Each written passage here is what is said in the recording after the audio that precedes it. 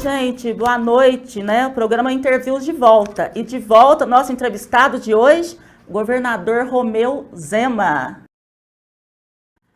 Primeiramente, governador Romeu Zema, é um prazer imenso, mas imenso mesmo, ter o senhor aqui no programa do Interviews. Né? Eu quero, assim, sou muito grata, né, do senhor ter atendido o pedido aqui da TV Passos e a gente mostrar um pouquinho, né, do outro lado do governador. Porque todo mundo às vezes conhece o Zema político, mas além do Zema político, o Zema tem encantado, né? O senhor aparece lá fazendo um cafezinho, às vezes fazendo ginástica, né? Mas eu queria que o senhor falasse um pouquinho, né? Eu sei que o senhor é natural de Araxá, do Triângulo Mineiro, formado em administração de empresas pela Fundação Getúlio Vargas, iniciou a trajetória bem cedo, aos 11 anos. Né, eu sei que o senhor trabalhou como vendedor, analista de marketing, comerciante, né, e gerente. Atualmente, o senhor também é membro do conselho do Grupo Zema. Mas e a paixão pela política, governador? Então, Osana, eu sempre... Primeiro, é um prazer estar aí com você novamente, conversando com Passos e região. Eu sempre fiz a minha carreira, me formei para atuar no setor privado. E graças a Deus, Osana, fui abençoado por Deus, a empresa deu muito certo, hoje são mais de 470 lojas, inclusive aí na região de Passos, do Lago de Furnas, a empresa está bastante presente. E durante mais de 30 anos, eu me dediquei a essa atividade. Rodei todo o estado de Minas, abrindo lojas. Foram mais de 2 milhões de quilômetros que eu rodei. Eu falo que conhece Minas tão bem quanto eu, quem é caminhoneiro, porque eu fiquei mais de 30 anos rodando esse estado e conheço todas as regiões, os problemas, as características de cada uma. E em 2016, eu resolvi sair da empresa. Falei, vou profissionalizá-la, a empresa já estava bem estruturada, quero fazer a minha sucessão enquanto eu ainda estou novo e posso estar acompanhando se alguma coisa der errado. E em 2017, eu recebi o convite para ser candidato. A minha primeira resposta foi não, porque eu nunca havia atuado no setor público, nunca havia sido candidato, participado de eleição, mas aquele convite me deixou muito incomodado. Eu comecei a ver que eu tinha de aceitar, porque a vida me permitia isso. Eu já estava com os filhos formados, a empresa estruturada, não dependo mais de um trabalho para me sustentar, e eu sempre fui muito indignado com as questões políticas no Brasil. E falei, vou me candidatar, sei que as minhas chances são pequenas, eu vou estar lutando com os barões da política, com os poderosos, mas vou mostrar que é possível fazer uma campanha simples e mostrar que eu estou indignado. E 2018 eu vivi como um cigano, visitei mais de 200 cidades fazendo a campanha, inclusive Passos, Paraíso, etc., aí na sua região, e tivemos aí um resultado bom. E agora que nós estamos completando 3 anos de governo, eu posso dizer com toda certeza que nesses 3 anos nós conseguimos arrumar a casa, equilibrarmos as contas e, finalmente, o trem está em cima dos trilhos. Mas temos muito o que fazer, porque esse trem ainda está andando muito devagar, tem muito conserto para fazer nele, mas, pelo menos, ele não é mais um trem descarrilhado que estava à beira do precipício. Pelo menos, Minas agora está andando adiante. O funcionário público do Estado, depois de 6 anos, recebendo atrasado, o salário sem data correta, o 13º parcelado, voltou a receber em dia. As prefeituras, todas elas, 853 cidades que foram lesadas pelo governo anterior voltaram a poder contar com aquilo que é de direito mês a mês, e nós já pagamos 7 bilhões, além do que é nosso, referente a dívidas do governo anterior, que ele havia subtraído dos prefeitos. Então, meu relacionamento com os prefeitos é o mais respeitoso possível. O que é de cada cidade vai para toda a cidade, e nós temos, graças a Deus, feito avanços em Minas, mas temos muito o que fazer ainda. Temos de concluir os hospitais regionais, e o acordo da tragédia de Brumadinho já está com esse valor reservado. Temos de recuperar as estradas, inclusive agora que elas foram muito afetadas pela chuva. A segurança melhorou. Minas Gerais hoje é o estado mais seguro do Brasil, mas nós queremos mais. E o meu grande sonho, Rosana, que é a questão de um emprego para cada mineiro.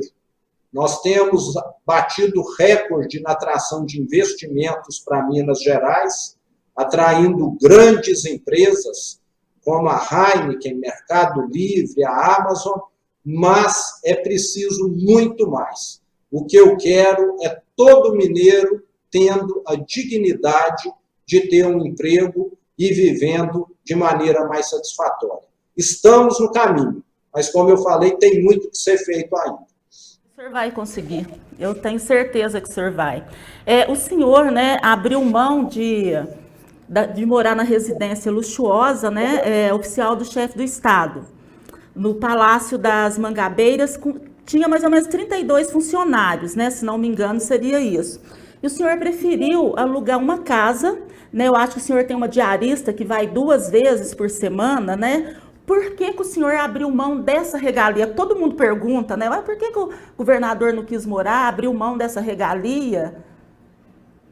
Então, Rosana, eu julgo que quem é governador, quem tem um cargo de gestão pública, da mesma maneira que o prefeito de Passos ou de outra cidade, tem de estar preocupado em devolver para o povo aquilo que ele paga com tanto sacrifício, que são os impostos. Hoje, tudo que qualquer mineiro compra tem imposto. Pode ser o macarrão, o arroz, a roupa, o sapato, a gasolina, a passagem de ônibus, a conta de energia, tudo tem imposto.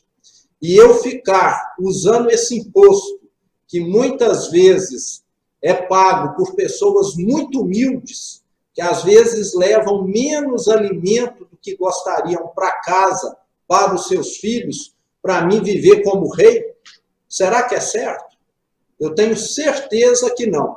O Brasil é um país pobre, mas tem muita gente no governo que vive como gente de governo de país rico.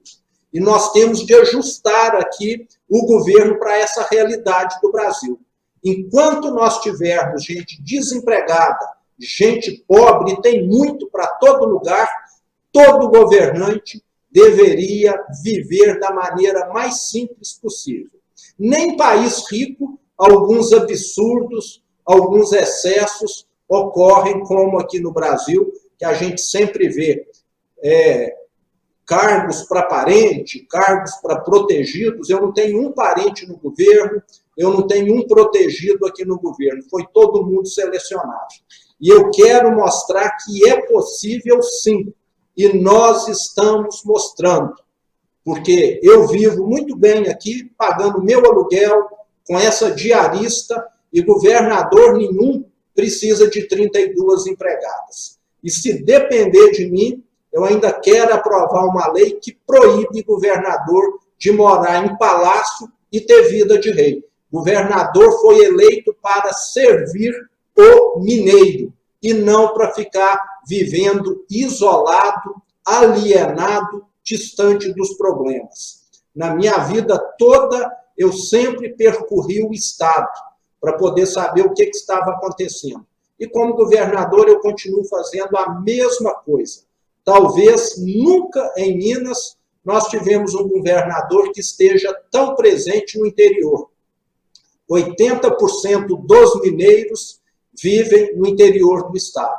E é lá que eu tenho de estar acompanhando como as coisas estão, o que está acontecendo, e quem está próximo passa a ter conhecimento dos problemas e, com toda certeza, vai tomar decisões mais acertadas.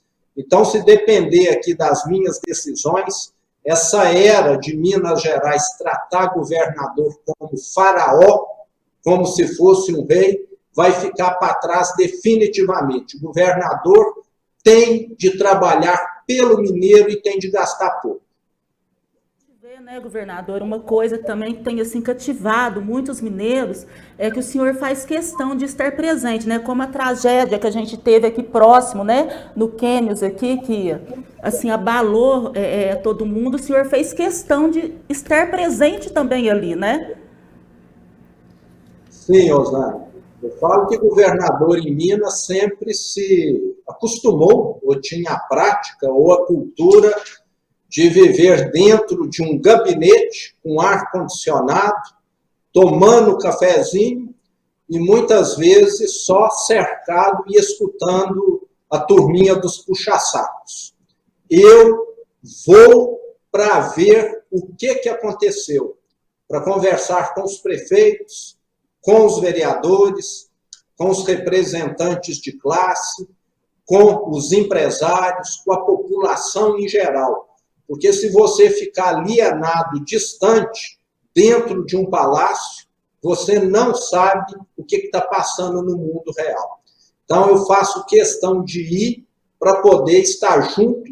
E como eu falei, na hora que você está junto, você enxerga o problema de forma muito mais clara e vai tomar decisões mais acertadas. Estive não só em Capitólio, como durante esse período de chuva, fui lá no Vale do Mucuri, no Vale do Jequitinhonha, no norte de Minas, em muitas cidades, para estar acompanhando o trabalho da Defesa Civil, onde a prioridade foi o atendimento humanitário, muita gente desalojada, desabrigada, e você precisa imediatamente dar dignidade para essas pessoas. Alguns vão para casas de parente, outros vão para escolas, para ginásio, mas nem todos têm um colchão, porque às vezes perderam tudo, precisam de alimentação. Então, quando você está junto, você vê o que está acontecendo, com toda certeza você vai agir de maneira mais adequada. E é isso que eu tenho feito. Toda semana faço questão de estar no interior. Tá, e o governo, com relação agora que a gente está falando dessas chuvas, né, o governo tem tomado várias medidas para poder ajudar essas pessoas, né, governador? Exato. Como eu te disse, a prioridade foi a questão humanitária, foi estar atendendo essas pessoas que ficaram desalojadas, desabrigadas, mas agora que as águas já baixaram, as chuvas deram uma reduzida, Osana, nós estamos já numa segunda etapa, que é proporcionar a essas pessoas que foram atingidas uma ajuda. Então, criamos o Bolsa Desabrigado, que durante 3 meses vai pagar R$400 por pessoa para que ela possa ter condição de recomprar alguma coisa que perdeu. Eu estive na casa de pessoas que perderam toda a mobília, eletrodoméstico, roupas, então isso vai ajudar. Vamos ter uma verba grande, R$180 milhões para reconstrução de casas que foram danificadas ou simplesmente carregadas pelas águas. Isso aconteceu em diversas cidades. A CEMIG está doando 5.000 geladeiras para aquelas famílias que também tiveram essa situação, e tanto Copasa quanto CEMIG suspenderam a cobrança de conta e também de parcelamento das pessoas afetadas. Isso, eu estou falando para pessoas. Nós temos ainda a recuperação da infraestrutura, estamos com mais de 150 pontos de estradas sob observação, onde nós tivemos queda de barreiras, e a prioridade foi liberar o tráfego, mesmo que fosse através de um desvio precário, mas para que nenhuma estrada ficasse obstruída. Estamos destinando para as prefeituras pontes, tubulões, mata-burros, para que essas estradas vicinais das zonas rurais também sejam restabelecidas o quanto antes. E, além disso, estamos dando apoio ao setor produtivo. O comércio, as empresas que foram afetadas vão ter um prazo maior para pagar os impostos, acesso à linha de crédito, para que ninguém venha perder o seu emprego. Então, são várias ações que nós temos feito no valor superior a 600 milhões de reais. E ainda estamos pleiteando do governo federal mais 900 milhões, e para isso nós estamos dando assistência a pequenas prefeituras que precisam comprovar, através de estudos e laudos técnicos, que determinada ponte ficou comprometida, que determinada via urbana foi destruída. Prefeitura maior como Passos tem uma equipe boa, mas cidades muito pequenas geralmente carecem dessa estrutura, e o governo do estado está fornecendo esses engenheiros para poder ir e fazer esse levantamento. Então, muito recurso ainda vai chegar para ajudar nessa reconstrução. Eu lembro que o cenário aonde eu fui nessas regiões mais atingidas era de guerra. Parecia que tinha sido destruído algumas cidades, como eu vi aqui 2 semanas atrás em Raposos, aqui na região metropolitana. Governador, não tem como a gente não falar, né, do Covid. Aqui em Passos, assim, a enfermaria está mais de 100%, UTIs, assim, a situação aqui está assim, triste. Ao mesmo tempo a gente fica com um pouco de medo, né, porque a gente está lidando com um vírus que é invisível, né? Semana passada mesmo eu perdi um amigo. Quais as medidas, né, que o governo vem tomando de enfrentamento à pandemia? Rosana, realmente a situação atual é extremamente preocupante. Nós não podemos fechar os olhos.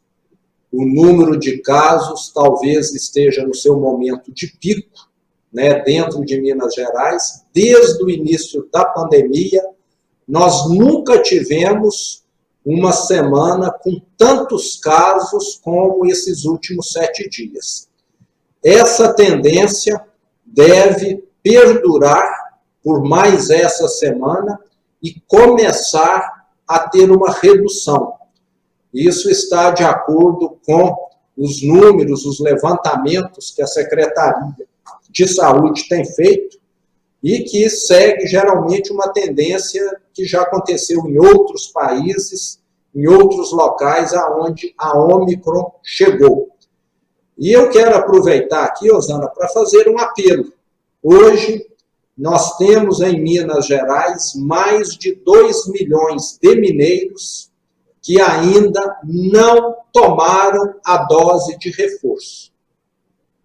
Eu tomei a primeira, a segunda dose, tomei a dose de reforço no início de janeiro e 2 semanas atrás testei positivo para a Covid. Acabei ficando quase que 3 dias sem conseguir trabalhar direito, porque era muita dor, muita indisposição, e depois 10 dias isolado, já trabalhando em casa. Mas fica muito claro, está sobrando vacina e está faltando responsabilidade. A maioria das internações, dos quadros que têm se agravado por pessoas que procuram o sistema de saúde, é de pessoas que não completaram o ciclo de imunização ou que sequer vacinaram. Então, eu faço esse apelo, a vacina está disponível, está sobrando, foram já mais de 40 milhões de doses distribuídas para todo o estado, a maior operação de distribuição de vacinas de história, mas as pessoas precisam ter essa consciência. O número de leitos foi ampliado, Hoje o Estado consegue atender de forma satisfatória quem precisa. Em algumas regiões é necessário remanejar, mas nós estamos vivendo nesse momento esse pico de casos. Então é necessário que todos nós tenhamos essa consciência e façamos da nossa parte. Muitos pais, né, que muitos pais não querem levar os filhos para vacinarem, né, governador? Então, Osana, infelizmente acreditam mais em fake news do que em cientista. Alguém publica um videozinho na internet que não tem nenhum fundamento e as pessoas acreditam. Tem cientista que está estudando há 20, 30 anos e as pessoas não consideram. Então, nós temos de considerar o especialista. Ninguém constrói um prédio de 30 andares sem contratar um engenheiro, sem ter um cálculo estrutural bem feito. Para isso é que existe universidade, que existe médico, que existe engenheiro. Então, nós temos de dar o nosso voto de crédito. E não para algumas pessoas que publicam algo sem nenhum fundamento e acabam prejudicando, inclusive, a saúde pública e até mesmo custando vidas. Já vi pessoas falecerem porque acreditaram nisso e não se vacinaram. Governador, nossa, por mim eu ficava aqui conversando com o senhor, né? Mas assim, eu não tenho como, eu tenho que tocar nesse assunto. Medidas, né, do governo referente à causa animal. A gente conversava antes, eu já falei para o senhor essa paixão que eu tenho, e aqui em Paços a gente tem várias ONGs que são voltadas, né, em prol dessa causa. O dia que o senhor esteve em Paços, um gesto, o senhor já mostrou que o senhor também ama os animais. Então eu queria que o senhor falasse um pouquinho, né, para a gente, né, que é apaixonado nessa causa, o que o governo tem de referente à causa animal para poder, projeto ou alguma coisa, para a gente estar correndo atrás. Primeiro, Osana, nós temos de lembrar que todo animal merece respeito.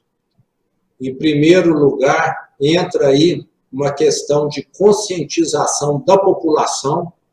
Outro dia mesmo, 2 semanas atrás, eu vi um vídeo na internet onde uma pessoa para num lugar que ela não viu que tinha uma câmera filmando e abandona ali alguns animais que ela tinha em casa, né? Totalmente, talvez sem condição de sobreviver numa rua lá, secundária, escura. Então, as pessoas precisam ter essa conscientização. Mas toda a prefeitura, o Estado também apoia medidas para nós reduzirmos esse número de animais nas ruas. Primeiro, em respeito a eles, né? Ninguém quer ver um animal maltratado, um animal ser atropelado, ficar doente, etc. E também com relação à saúde pública, porque quando esses animais adoecem, eles acabam sendo foco de propagação de doenças. Hoje, nós temos esse programa estadual de microchipagem de animais domésticos que está disponível para as prefeituras que fizerem a sua inscrição. Já tivemos 74 municípios selecionados dentre os inscritos. E nessa primeira ação do programa, 63 mil animais, cães e gatos principalmente, vão ser microchipados, castrados e registrados nesse banco de dados do Estado. Eu, que sempre viajei muito, posso te dizer que já assisti em algumas cidades programas bem-sucedidos, porque essa questão da castração é fundamental. É você ficar com uma população de animais na rua que, com o tempo, vai decrescendo. Isso ajuda em tudo. E você acaba tendo uma qualidade de vida maior. Cidades que você chegava e tinha lá aqueles bandos de cachorro, com o tempo você vê que aquilo praticamente é extinto, acaba com o problema. Então é algo que nós temos de estar conduzindo. Não é uma tarefa fácil para um estado como Minas, que tem 853 cidades, mas o estado, junto com cada poder municipal, pode sim estar conduzindo esse problema. Lembrando também que não existe solução imediata. Eu sou contrário ao que já foi feito no passado, né, que inclusive era abater animais, né, algo totalmente incondizente, desumano, falta de respeito. Então, o que nós temos é de castrar, e esses animais não vão se reproduzindo, e a população, com o tempo, vai reduzindo, de forma que nós venhamos a ter as cidades sem esse tipo de problema. E as pessoas, como eu disse no início, tendo consciência, porque não adianta a prefeitura, o Estado, enxugar de um lado e as pessoas inundarem de outro lado. Então, todo mundo que tem animal doméstico precisa levá-los também para castrar. Hoje isso já é oferecido gratuitamente em muitas cidades, de forma que amanhã ele não precisa estar abandonando filhotes, etc., criando e revigorando esse círculo vicioso novamente. Governador, eu queria ficar aqui conversando mais e mais com o senhor, né? Mas antes, assim, a gente está caminhando para o final. O senhor falou no início que, né, o senhor rodou muito igual caminhoneiro. Tem um amigo meu, que é o Marcos, que ele é caminhoneiro, e eu falei para ele assim, Marcos, eu vou estar entrevistando o governador. E ele é fã do senhor. Ele falou assim, olha, você fala para ele assim que eu sou fã dele, que eu levo ele no meu coração, que eu oro por ele, né? Então eu estou passando o recado que eu sei que ele vai me cobrar, né? Então é por isso que eu estou passando o recado para o senhor, né? O senhor é uma pessoa muito querida, né? E para terminar, eu queria que o senhor deixasse uma mensagem, né? Para Passos, para a região, para os mineiros em geral. Perfeito, Osana. Manda um abraço aí para o seu amigo. Respeito muito os caminhoneiros. Trabalhei numa empresa que tinha diversos motoristas e a função deles é muito importante e geralmente é uma categoria não tão valorizada quanto deveria ser. Então, fica aqui o meu reconhecimento. E eu queria encerrar, Osana, voltando, de certa maneira, àquilo que eu falei no início. Minas já melhorou, mas tem muito que melhorar. Um outro sonho meu, você que está aí bem próxima da divisa com São Paulo, com Batatais, Ribeirão Preto, eu quero que nós cheguemos no dia em que as estradas de Minas serão tão boas quanto as estradas aí de São Paulo. Eu sempre passava de um estado para outro e toda vez que eu passava ficava aquela sensação. Saí de Minas, entrei num lugar que as estradas são bem melhores, tem acostamento, etc. E na volta a sensação oposta. Então o que nós queremos é que Minas, nesses próximos anos, receba muitos investimentos, melhore as estradas, como estou dizendo aqui, que as nossas estradas se aproximem, fiquem tão boas quanto as de São Paulo, que a nossa saúde melhore, esses hospitais regionais que serão construídos em todas as regiões vão significar um avanço muito grande na área da saúde. Nós já reformamos mais de 1.300 escolas estaduais, já levamos o ensino médio integral para mais de 130 mil alunos, e esse processo vai continuar. Então, eu quero dizer o seguinte, nós estamos no caminho certo, mas nós não temos dinheiro para fazer tudo de um mês para o outro. Mas todo mês nós temos avançado, nós temos melhorado, são mais unidades básicas de saúde, inclusive aí em Passos e na região que nós estamos destinando recursos. Então, Minas está no caminho certo, mas foi um estado muito maltratado nessas últimas décadas e você não consegue, em poucos anos, consertar tanta coisa estragada. Mas estamos caminhando. Então, o trabalho continua e, se Deus quiser, Minas vai voltar a dar muito orgulho para nós mineiros. Foi um prazer muito grande estar aí com você. Espero voltar aí a qualquer momento para encontrá-la pessoalmente, Osana. Um grande abraço. Eu que agradeço, governador, viu? O senhor tem o meu carinho, assim, o meu respeito, a humildade do senhor, né? Tem encantado, como eu disse no começo, não somente os mineiros, mas o povo brasileiro, viu? TV Passos sempre abertas para o senhor. Quero agradecer também a assessoria do senhor, tá? E nós estamos juntos, governador. Conte com o meu carinho, com minhas orações, né? E eu indo a Belo Horizonte quero tomar um cafezinho, viu? Vai ser um prazer. Nos avise antes que nós marcaremos, sim. Tá bom? Um grande abraço. Zé Carlos e Vitor Hugo mandando um abraço, tá? Mande 2 aí para eles. Oi, gente, muito obrigado, né? O programa de hoje, vocês viram, né? Foi demais.